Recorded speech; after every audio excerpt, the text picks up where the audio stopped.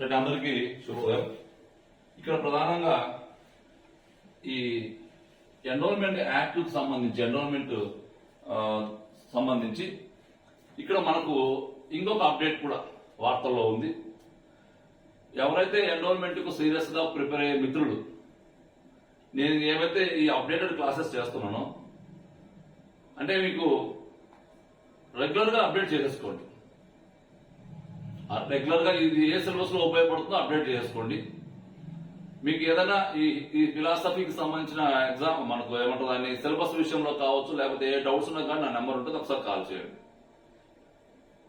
ఇంకా కొంతమంది హిందూ ఫిలాసఫీ ఒకటి చదివితే సరిపోతుంది, జనరల్ స్టడీస్ ఏముంది ఈజీగా అయిపోతుంది అనుకుంటూ చాలా మంది జనరల్ స్టడీస్ మీద కాన్సన్ట్రేషన్ చేయట్లేదు. నేను పదే చెప్తున్నా, తర్వాత మీకు నోటిఫికేషన్ వచ్చి ఎగ్జామ్ అయిపోయిన తర్వాత మనం ముందుకు వెళ్ళలేకపోతే అది నా తప్పు కాదు. నేను మళ్ళీ చెప్తున్నాను, ఎవరైనా కానీ మనకు వచ్చిన 2 పేపర్ల మీద పూర్తి స్థాయిలో మనకు సమయం ఉంది. ఇప్పుడు ఈ సమయం ఉన్నప్పుడు రెండింటి మీద మనం కాన్సన్ట్రేషన్ చేయాలి. అంతే తప్ప ఒక హిందూ ఫిలాసఫీలో 140 తెచ్చుకొని జనరల్ స్టడీస్ 50 తెచ్చుకునే ఉపయోగం ఉండదు మనం. ఓకేనా? కాబట్టి జనరల్ స్టడీస్ మీద కూడా కాన్సన్ట్రేషన్ చేయండి. జనరల్ స్టడీస్ కి రెగ్యులర్ గా క్లాసెస్ మనం ఫాలో అవుతూనే మనం కొన్ని స్టాండర్డ్ పుస్తకాలు కూడా చదవాలి తప్పనిసరిగా. ఇక్కడ మనం గైడ్ చేయగలుగుతాం ఏం చదవాలి ఎట్లనేది. చదవాల్సిన మొత్తం మీరే. మీరు అందరికన్నా బెటర్ గా ఉండాలంటే మనం చెప్పే క్లాసెస్ తో పాటుగా కొన్ని అదనపు పుస్తకాల మీద కూడా మీరు సేకరించి చదవాల్సిన అవసరం ఉంది కంపల్సరిగా. అసలు జనరల్ స్టడీస్ టచ్ లేని వారికైతే మనం చెప్పే క్లాసెస్ వల్ల ఏమవుతుంది, మాక్సిమం మీరు జనరల్ స్టడీస్ అంటే ఏందో అర్థమవుతుంది. టచ్ ఉన్న వాళ్ళకి మనం చెప్పే క్లాసెస్ తో పాటుగా తప్పనిసరిగా కొన్ని స్టాండర్డ్ పుస్తకాలు చదవాలి. అది కూడా నేను చెప్తూనే ఉన్నాను. మీరు ఏం చదవాలో నాకు కాల్ చేయండి, నేను చెప్తాను మీకు అని చెప్పంటున్నాను. కానీ మీరు స్టార్ట్ చేయాలి. జనరల్ స్టడీస్ స్టార్ట్ చేయకుండా హిందూ ఫిలాసఫీ మీద కాన్సన్ట్రేషన్ చేస్తే ఎటువంటి ఉపయోగం ఉండదు. మీరు జనరల్ స్టడీస్ మీద కాన్సన్ట్రేషన్ చేసుకొని దాని మీద ఇంప్రూవ్మెంట్ పెంచుకోగలిగితే రాబోయే నోటిఫికేషన్ ఏ నోటిఫికేషన్ వచ్చినా కానీ జనరల్ స్టడీస్ మీరు కీలకం. మీకు ఒక కీగా పనిచేస్తుంది. దానిలో భాగంగా ఈ హిందూ ఫిలాసఫీకి సంబంధించిన ఒక అప్డేట్ అంశం మనకి ఏంటంటే లక్కండి టెంపుల్స్ ఒకటి. లక్కండి టెంపుల్స్ ఏంటి? ఈ లక్కండి టెంపుల్స్ ఎక్కడున్నవి, ఇటు ఒక ప్రత్యేకత ఏంది, ఎందుకు వార్తల్లో ఉన్నవి? మరి నేను చెప్పా మీకు, భారతదేశంలో ఉండే ప్రముఖ దేవాలయాలు, వాటి యొక్క నిర్మాణ శైలి, వాటిని ఎవరు నిర్మించారు, వాటి యొక్క ప్రత్యేకత ఏంటి, అవన్నీ కూడా మనకు idea. For example Ramappa temple ఉంది. మరి ఏ రాజులు నిర్మించారు, రామప్ప టెంపుల్ యొక్క ప్రత్యేకత ఏంటి, ఏ నిర్మాణ శైలి పోలి ఉంది, మరి ఎందుకు వార్తల్లో ఉంది, 1000 స్తంభాల గుడి యొక్క ప్రత్యేకత ఏంటి, కోనార్కు సూర్యదేవాలయం యొక్క ప్రత్యేకత ఏంటి, పూరి జగన్నాథ దేవాలయం యొక్క ప్రత్యేకత ఏంటి, అరసవల్లి సూర్యనారాయణ టెంపుల్ యొక్క ప్రత్యేకత ఏంటి. అట్లా మనకు ప్రతి దేవాలయానికి సంబంధించి, ప్రముఖ దేవాలయాలకు సంబంధించిన అన్ని అంశాల పట్ల మనకు ఐడియా ఉండాలి. దాంట్లో ఒక ఫేమస్ దేవాలయం పేరే మనకు లక్కండి టెంపుల్స్ ఒకటి. ఈ లక్కండి టెంపుల్స్ ఎక్కడ ప్రముఖమైనవి మనకు ప్రధానంగా అంటే, ఇక్కడ ఇవి కర్ణాటకలో చాలా ఫేమస్ దేవాలయాలు. కర్ణాటకలో గాదంగ్ డిస్టిక్,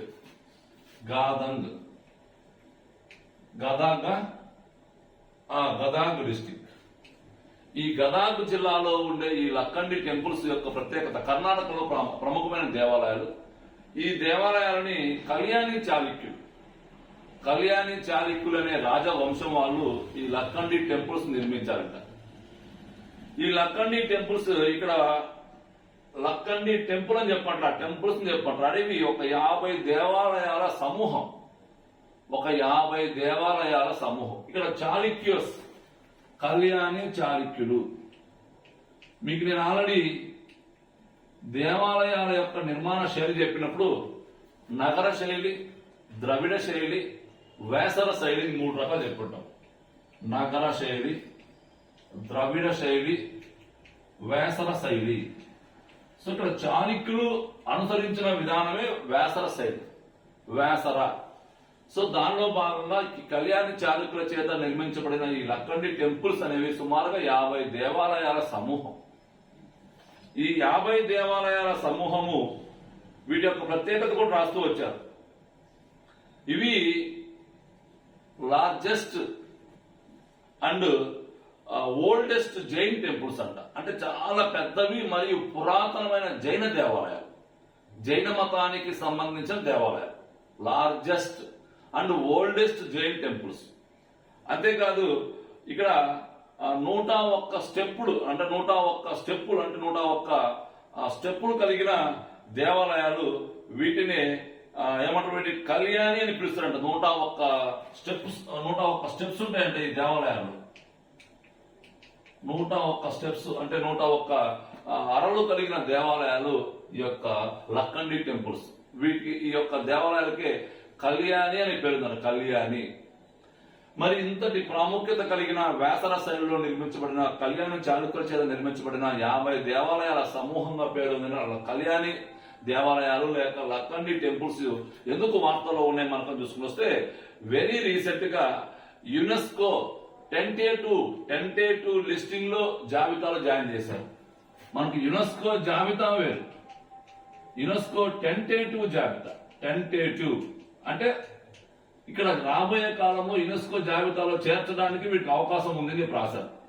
యునెస్కో టెంటేటివ్ లిస్టింగ్ జాబితాలో వెరీ రీసెంట్ గా ఈ లక్కండి టెంపుల్స్ జాయిన్ చేస్తూ వచ్చారు. సో కాబట్టి లక్కండి టెంపుల్స్ యొక్క ప్రత్యేకత ఏంటి, లక్కండి టెంపుల్స్ ఎక్కడ ఉన్నవి, వాటిని ఎవరు నిర్మించారు, అవి ఏ శైలిలో ఏర్పాటు చేయబడినవి, వాటి యొక్క ప్రత్యేకత ఏంటి. Largest and oldest Jain temples. ఇక్కడ 101 స్టెప్పులు కలిగిన దేవాలయాలు ఉంటాయి, 50 దేవాలయాల సమూహము. ఇవన్నీ కూడా మనకు ఐడియా ఉండాలి. సో కాబట్టి ఇక్కడ లక్కండి టెంపుల్స్ అనేవి మన హిందూ ఫిలాసఫీలు చక్కగా ఉపయోగపడతాయి. కాబట్టి వాటిని ఒకసారి మీరు యాడ్ చేసుకోవడానికి ప్రయత్నం చేయండి.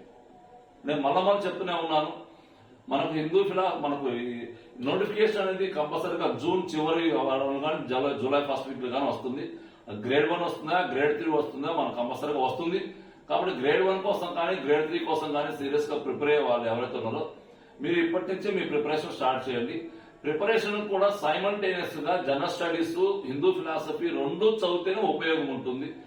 ఇప్పుడు నోటిఫికేషన్ లేదు, హడావులు లేదు కాబట్టి మనం జనరల్ స్టడీస్ మీద కొంచెం కాన్సన్ట్రేషన్ చేసి డిఫరెంట్ బుక్స్ చదువుకుంటూ మనం అప్డేటెడ్ వీడియోస్ వినుకుంటూ ముందుకు వెళ్ళిపోతే ఎక్కువ విజయం సాధించడానికి అవకాశం ఉంది. కాబట్టి ఒకవైపు హిందూ ఫిలాసఫీ అందరూ చదివేస్తారు, జనరల్ స్టడీస్ అందరూ చదవరు. కాబట్టి మిగతా అంశాలు, ఎకనమిక్ అంశాలను మీరు దృష్టిలో పెట్టుకొని చూద్దాంలే చేద్దాంలే అనుకుంటే మాత్రం పుణ్యకాలం పూర్తి అవుతుంది. ఆల్రెడీ గతంలో దెబ్బతిన్న వాళ్ళు కూడా చాలా మంది ఉంటారు. కాబట్టి అవన్నింటిని కూడా దృష్టిలో పెట్టేసుకొని మీరు గతంలో జరిగిన నోటిఫికేషన్ వేరు, జరగబోయే నోటిఫికేషన్ వేరు. కాబట్టి సిన్సియర్ గా మీ ప్రిపరేషన్ స్టార్ట్ చేయండి. ఓకేనా? మీకు దీనికి సంబంధించిన ఏదైనా అంశాలు కావాలి అంటే మన యాప్ ప్లే స్టోర్ లో ఉంటుంది, ఒకసారి ఇన్స్టాల్ చేయండి. దీనికి సంబంధించిన ఏమైనా డౌట్స్ ఉంటే నా నెంబర్ ఉంటుంది, కాల్ చేయండి. ఎప్పటికెప్పుడు హిందూ ఫిలాసఫీకి సంబంధించిన అప్డేటెడ్ అంశాలు అందరి మాదిరిగా నేను గ్రాఫిక్స్ మాదిరిగా చూపించట్లేదు. నాకు తెలిసినంత వరకు నేను ఏ రోజు గారు సమాచారం సేకరించుకొని నేనంతో నోట్స్ రెడీ చేసేసుకొని మీరు మళ్ళీ నేను ఒకసారి బ్యాక్గ్రౌండ్ లోకి వెళ్ళి మొత్తం చెక్ చేసుకొని మీ ముందుకు వచ్చి చెప్తున్నానంటే దీనివల్ల ఎంతో వర్క్ చేస్తే నేను ఇక్కడ రాగలుగుతున్నాను. మరి కొంతమంది బోర్డు దగ్గర రావడానికి చేతగాని వాళ్ళు కూడా మనకు క్లాస్ స్టార్ట్ చేస్తుంటారు. సో అవన్నీ మీరు నేను చెప్పాల్సిన అవసరం లేదు. మీ విఘ్నత అదంతా కూడా ఎవరు మనకు హెల్ప్ఫుల్ గా ఉంటారు, ఎవరు మనకు చివరకు తోడుగా ఉంటారు, అవన్నీ కూడా చూసుకొని మాత్రమే మీరు ముందుకు వెళ్ళడానికి ప్రయత్నం చేయండి తప్ప తొందరపడి ఏదో మెరిసేదంతా బంగారంగా మనం భావించుకొని వెళ్ళిపోతే మాత్రము తర్వాత మనం ఏం చేయలేం, మీరేం చేయలేరు. కాలం అంతా అయిపోతుంది. తిరిగి చాలా మంది గతంలో డిఫరెంట్ అంటే ఒక చోట ఉండరు. కొంతమంది అన్ని కావాలి, అన్ని చూస్తారు, లాస్ట్ ఏది సాధించలేక బాధపడుతూ ఉంటారు. కాబట్టి సాధించాలి, తపన చేయాలి అంటే ఇక్కడ కష్టపడే వ్యక్తి అంటే మనం గైడ్ చేసే వ్యక్తి కూడా కష్టపడే వ్యక్తి అయి ఉండాలి. మనం కష్టపడి సరిపోదు, మీరు కష్టపడి సరిపోదు. ఇక్కడ గైడ్ చేసే వ్యక్తి కూడా కష్టపడాలి.